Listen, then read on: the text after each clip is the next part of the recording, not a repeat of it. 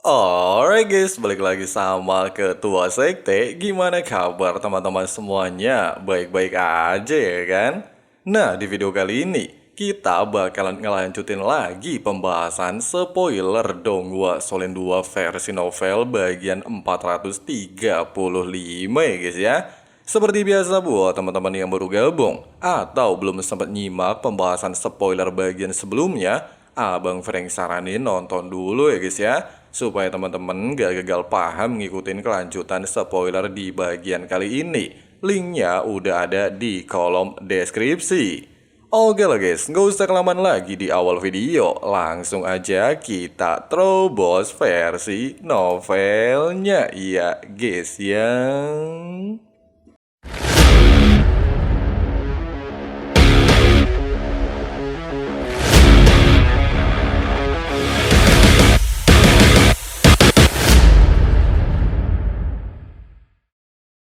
Di saat baku hantam antara Hu Yuhao dan Dewa Binatang Roh di Tian baru saja dimulai, serta di Tian terkejut mengetahui Hu Yuhao telah memiliki inti jiwa ketiga bertipe ruang, Yuhao sendiri langsung mengangguk membenarkan hal tersebut. Bahkan inti jiwa ketiga itulah yang membuatnya percaya diri menghadapi di Tian. Pada dasarnya, jika kalian masih ingat, terobosan Wu Yuhao sudah pada saat yang paling kritis. Kekuatan permaisuri es dan permaisuri salju hampir sepenuhnya terkuras.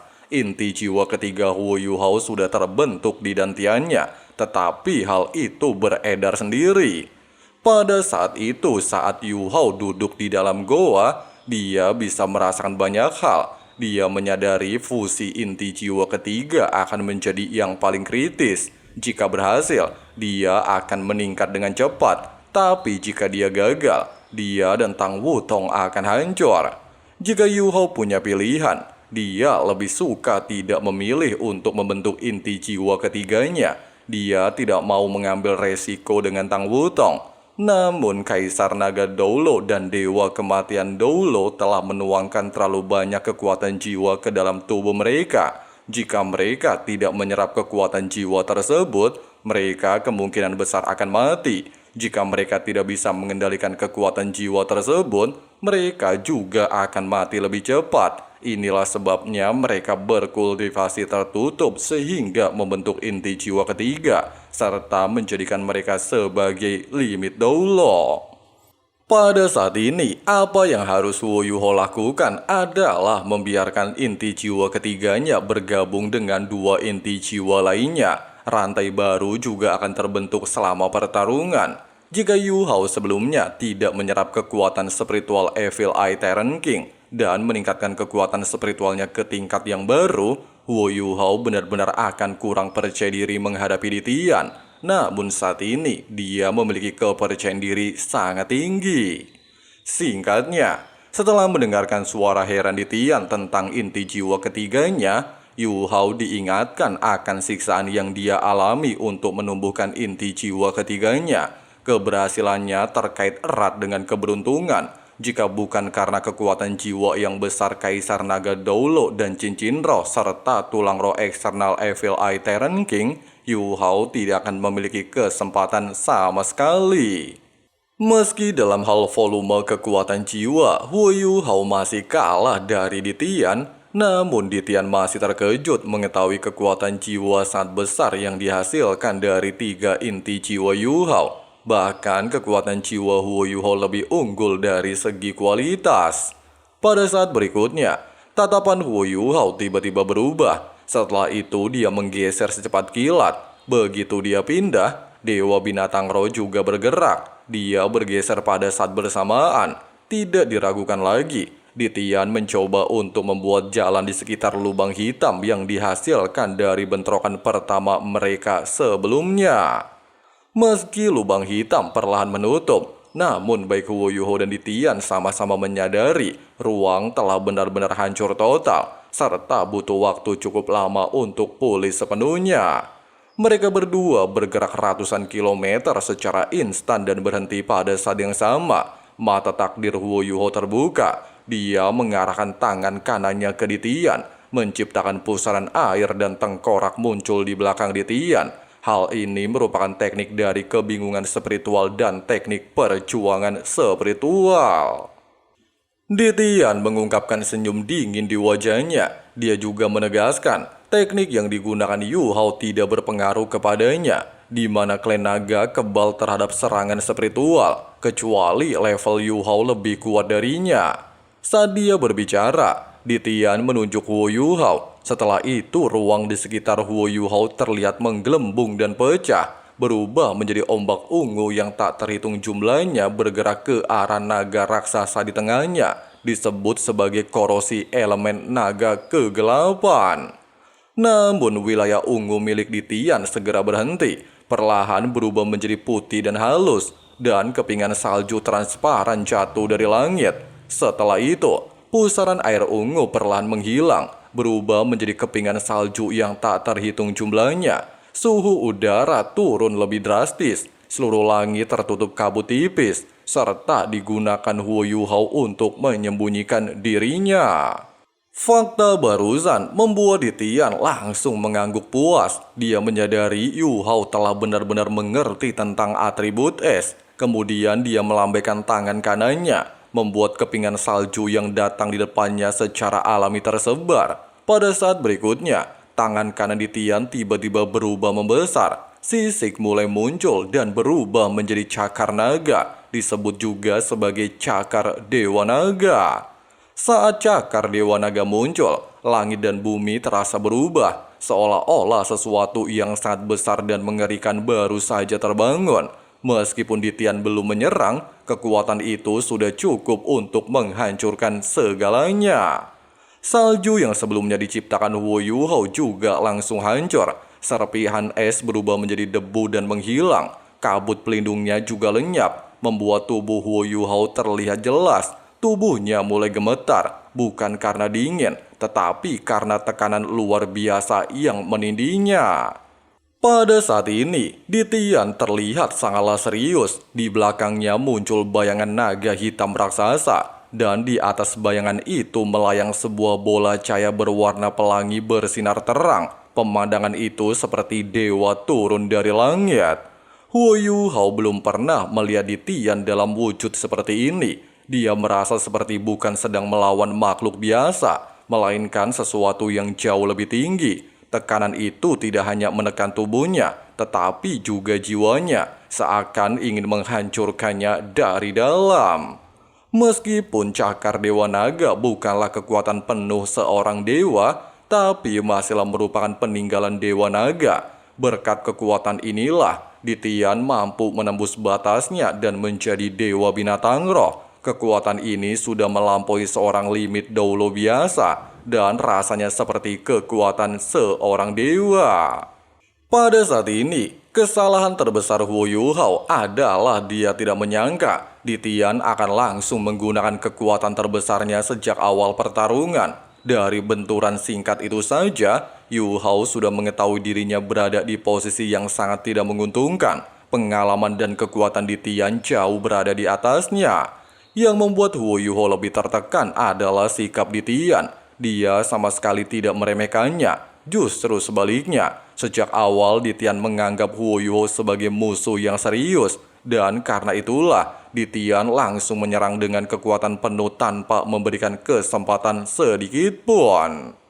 Huo Yu Hao merasa situasinya sangat ironis. Biasanya, dialah yang menggunakan cara tersebut, menekan lawan sejak awal sehingga tidak sempat melawan. Kini dialah yang berada di posisi tertekan dan rasanya sangat mengerikan.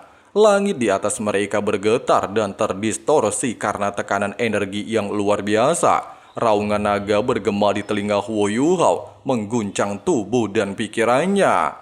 Cakar Ditian perlahan berubah menjadi emas, dan cahaya pelangi di matanya mulai menyala seperti api. Ditian memang pernah sangat sombong di masa lalu, namun beberapa waktu yang lalu, dia hampir mati setelah diserang oleh para master jahat. Meskipun dia menang, kejadian itu membuatnya sadar bahwa manusia kini cukup kuat untuk mengancamnya. Dengan alasan tersebut, ketika dia melihat Huo Yu Hao telah memiliki inti jiwa ketiga dan sesuatu yang sangat langka dan berbahaya, Ditian tidak ragu, dia memutuskan untuk menghabisinya secepat mungkin. Walaupun pada dasarnya Ditian tidak mengetahui seberapa kuat inti jiwa ketiga, dia sendiri telah memiliki dua inti jiwa selama ratusan ribu tahun. Dia menyadari betapa berbahayanya kekuatan tersebut jika diberi waktu untuk berkembang. Itulah sebabnya Ditian tidak ingin memberi Huo Yuho kesempatan untuk mengeluarkan seluruh potensinya. Oleh sebab itu, Ditian langsung menggunakan cakar Dewa Naga, kekuatan yang bahkan dahulu mampu mengancam musuh-musuh yang lebih kuat darinya. Dan sekarang, di hadapan kekuatan seperti dewa, Huo Yuhao benar-benar tertekan dan berada di ambang kekalahan. Pada saat berikutnya, cahaya yang terpancar dari tubuh Huo Yuhao terus berubah. Warnanya berganti-ganti antara biru es, putih pucat, dan kilau samar yang seolah berasal dari dunia lain. Di mata Ditian, tiga inti jiwa di dalam tubuh Huo Yuhao terlihat sangat jelas. Ketiganya berputar dan bersinar bergantian, seperti tiga matahari kecil yang memancarkan kekuatan tanpa henti. Setiap kali salah satu inti jiwa itu bersinar, gelombang energi yang keluar dari tubuh Huo Yuhao menjadi semakin kuat dan semakin cepat. Namun bagi Ditian, semua itu tetap belum cukup. Meskipun memiliki tiga inti jiwa, Huo Yuhao masih berada di tingkat manusia. Kekuatan yang dia miliki belum melampaui batas fana. Sementara Ditian telah menyentuh wilayah setengah dewa, kekuatan yang berada jauh di atas para manusia. Ditian memahami dengan sangat jelas perbedaan tersebut. Dan karena itulah dia tidak menganggap ledakan kekuatan Huo Yuhao sebagai ancaman. Ekspresi Huo Yuhao berubah semakin dingin dan fokus. Di belakang tubuhnya, proyeksi para tubuh jiwanya muncul dan menghilang dalam kilatan singkat. Bayangan Kaisar Es Bingar, Ratu Salju, dan tubuh jiwa lainnya saling tumpang tindih, seolah sedang berusaha menyatu dengan kekuatan di tubuh Huo Yuhao. Setiap kilatan menjadi tanda Huo Yuhao sedang mendorong kekuatan jiwanya ke batas yang lebih tinggi. Huo Yuhao sendiri tidak dapat merasakan perubahan besar dari tubuh Ditian. Pasalnya, kekuatan Ditian berada pada tingkat yang terlalu tinggi dan terlalu stabil. Namun Ditian sebaliknya, dia dapat merasakan dengan sangat jelas apa yang dilakukan Huo Yuhao. Dia bisa merasakan berbagai jenis kekuatan jiwa, kekuatan spiritual, dan energi es yang sedang dipakai Huo Yuhao untuk mencoba keluar dari pengekangan cakar Dewa Naga. Pada saat ini, cakar Dewa Naga berubah menjadi emas murni. Ujung-ujung cakarnya bersinar dengan cahaya pelangi, menandakan kekuatan ilahi di dalamnya telah sepenuhnya diaktifkan. Ruang di sekitarnya bergetar pelan, seolah tidak sanggup menahan tekanan yang datang dari senjata tersebut. Huo Yuhao berdiri di bawah tekanan tersebut dengan tubuh yang kaku. Meskipun wajahnya tetap tenang, otot-ototnya terasa seperti ditindih oleh gunung. Dia menyadari, jika terus melawan secara langsung, kekuatan jiwanya hanya akan terkuras semakin cepat. Dengan alasan tersebut, Huo Yuhao tiba-tiba melakukan sesuatu yang tidak terduga. Aliran kekuatan jiwa dari tubuhnya mulai melemah, seolah-olah dia menyerah. Begitu kekuatannya melemah, tekanan dari cakar Dewa Naga justru meningkat lebih tajam. Cahaya pelangi di sekitar Ditian menjadi semakin terang, dan seluruh langit terlihat terdistorsi, seperti kain yang diregangkan sampai hampir robek. Tubuh Huo Yuhao terasa seperti akan hancur oleh tekanan yang tiba-tiba melonjak. Ditian sempat terkejut oleh perubahan tersebut. Seorang doulu tingkat tertinggi seharusnya tidak akan menyerah dengan mudah. Namun tepat pada saat keraguan itu muncul, sesuatu yang sangat berbahaya telah terjadi.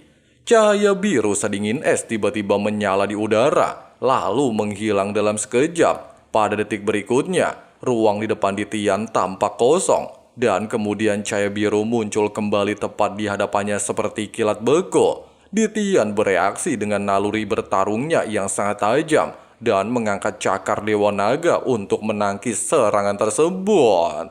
Benturan kekuatan barusan menghasilkan bunyi yang sangat tajam, namun cahaya biru tidak berhenti. Dia justru mekar seperti bunga es, berubah menjadi ribuan garis cahaya yang menyebar ke segala arah. seluruh tubuh di Tian langsung diselimuti oleh serangan es yang padat dan dingin. Untuk sesaat, Ditian merasakan bahwa udara di sekitarnya membeku. Bahkan cahaya pelangi dari cakar Dewa Naga terlihat melambat. Dia menyadari kemampuan yang baru saja digunakan Huo Yuhao telah melampaui batas kekuatan manusia fana. Menurut versi novelnya, serangan yang dilepaskan Huo Yuhao berasal dari belati embun pagi, senjata ilahi milik Dewa Emosi. Setelah inti jiwa ketiganya terbentuk, Huo Yuhao akhirnya mampu menggunakan kekuatan sejati dari belati tersebut. Dibandingkan dengan armor Dewa Perang yang mulai tertinggal oleh kekuatannya saat ini, belati embun pagi Dewa Emosi tetap menjadi senjata yang mampu menembus batas dunia fana. Dengan adanya fakta tersebut, Ditian terpaksa menggunakan teknik gerakan tingkat tinggi untuk meloloskan diri dari kepungan es. Dalam sekejap, ruang di sekitarnya terbelah dan tubuhnya berpindah 1000 meter jauhnya. Namun meskipun berhasil menjauh, tubuh Ditian telah menerima dampak dari serangan. Terdapat 7 luka kecil di tubuhnya, masing-masing tertutup oleh lapisan es biru. Luka-luka itu memang tidak berdarah, tetapi rasa dingin di dalamnya menembus hingga ke tulangnya. Dari kejauhan, Huo Yuhao terlihat terengah-engah. Belati embun pagi di tangannya memancarkan cahaya biru lembut, dan kabut cahaya mengelilinginya, membuatnya terlihat seperti makhluk suci yang berdiri di tengah dunia fana. Meski kekuatan jiwanya terkuras dengan cepat setiap kali dia menyerang, Yuhao berhasil melukai Ditian dengan kombinasi es tanpa batas, kekuatan spiritual, dan kekuatan spasial. Ditian menyadari, jika bukan karena tubuh fisiknya yang sangat kuat, serangan barusan sudah cukup untuk membuatnya terluka parah. Fakta bahwa dia kembali merasakan luka membuat sikapnya berubah. Dia tidak lagi memandang Huo Yuhao sebagai lawan yang bisa dikendalikan dengan mudah. Dengan gerakan perlahan, Ditian kembali mengangkat cakar Dewa Naga. Auman naga yang samar bergema di langit. Proyeksi naga hitam di belakangnya meledak dan berubah menjadi kabut hitam yang menyatu dengan cahaya pelangi. Dalam sekejap mata, seluruh tubuh Ditian diselimuti oleh cahaya pelangi yang menyilaukan, seolah-olah dia telah menjadi perwujudan dari kekuatan naga itu sendiri. Cakar raksasa yang terbentuk dari energi murni muncul di udara dan melesat menuju Huo Yuhao dengan kecepatan yang menakutkan. Huo Yuhao merespon dengan mengencangkan genggamannya pada belati embun pagi. Dia menarik nafas dalam-dalam dan kabut es tebal mulai muncul dari tubuhnya. Kabut itu berputar cepat dan membentuk cincin-cincin besar yang mengelilinginya. Ketika belati itu diangkat tinggi, tubuh Huo Yuhao diliputi aura suci, seolah-olah dia dan senjata itu telah menyatu menjadi satu. Dalam cahaya es dan kabut yang menyelimutinya, sosok Huo Yuhao menghilang, digantikan oleh figur biru sedingin es yang menjulang lebih dari 100 meter. Sosok itu mengenakan gaun biru yang terbuat dari kabut beku, dan seluruh keberadaannya memancarkan aura dingin yang dalam dan murni. Di atas kepala sosok yang kita kenal sebagai Dewa Emosi, sebuah bola kabut biru muncul dan bergerak untuk menerima serangan cakar Dewa Naga. Ketika keduanya bertemu, cahaya pelangi berhenti dan berubah menjadi biru dingin. Kekuatan ilahi dari cakar Dewa Naga mulai terkikis, dibekukan oleh kabut yang jauh lebih dingin daripada es tanpa batas. Ditian tertegun oleh perubahan tersebut. Dia tidak menyadari apa yang dihadapinya adalah teknik roh ke-9 milik Huo Yuhao, warisan sejati dari Kaisar Esbinger yang baru sepenuhnya terbangun setelah Kaisar Esbinger dan Ratu Salju menyatu dengan jiwanya. Pada dasarnya, dengan cincin roh 100.000 tahun, Huo Yuhao memiliki dua keterampilan jiwa ke-9. Keduanya adalah kekuatan atribut es yang berpadu dengan belati embun pagi, dan salah satunya sedang dia gunakan saat ini. Kekuatan itu dilepaskan sepenuhnya, dan ledakan es terjadi di dalam tubuh Ditian. Getaran hebat mengguncang cakar Dewa Naga yang membeku. Pada saat itulah Huo Yuhao bergerak. Dia tidak maju, tetapi justru bergerak mundur sedikit, lalu menghantam cakar yang membeku dengan seluruh sisa kekuatannya. Benturan tersebut langsung memutuskan hubungan di Tian dengan cakar Dewa Naga. Dalam sekejap mata, senjata ilahi tersebut tidak lagi berada di bawah kendali penuh di Tian, membuat keseimbangan baku hantam mulai berubah. Dan tiba-tiba saja kita lanjut lagi di spoiler hari Rabu besok ya guys ya. Jangan marah ya guys ya. Nah guys, begitulah kira-kira awal mula Huo Yuho dan Ditian baku hantam. Keduanya menggunakan senjata ilahi, yang satu pakai cakar Dewa Naga, sedangkan yang satunya lagi pakai senjata ilahi Dewa Emosi. Ya jelas saja Dewa Emosi yang menang ya guys ya, karena statusnya memang diakui sebagai penghuni alam dewa dan merupakan salah satu Raja Dewa. Sedangkan cakar Dewa Naga hanya julukan. Sedangkan Dewa Naganya aja udah kagak diakui sama alam dewa ya guys ya. Nah, supaya kalian gak ketinggalan update dan spoilernya, dan kita juga bakalan lanjut ke Solen 2,5 sampai perang di alam dewa, langsung aja klik subrek dan nyalain loncengnya ya guys ya. Makasih banyak banget buat teman-teman yang udah nonton sampai habis. Di sini Abang Frank si ketua sekte undur diri dulu. See you and bye. Bye. I know you told your friend you're not okay, and tell me what's wrong and why you never said you felt that way. And guess you're trying to stay strong and fake a smile until I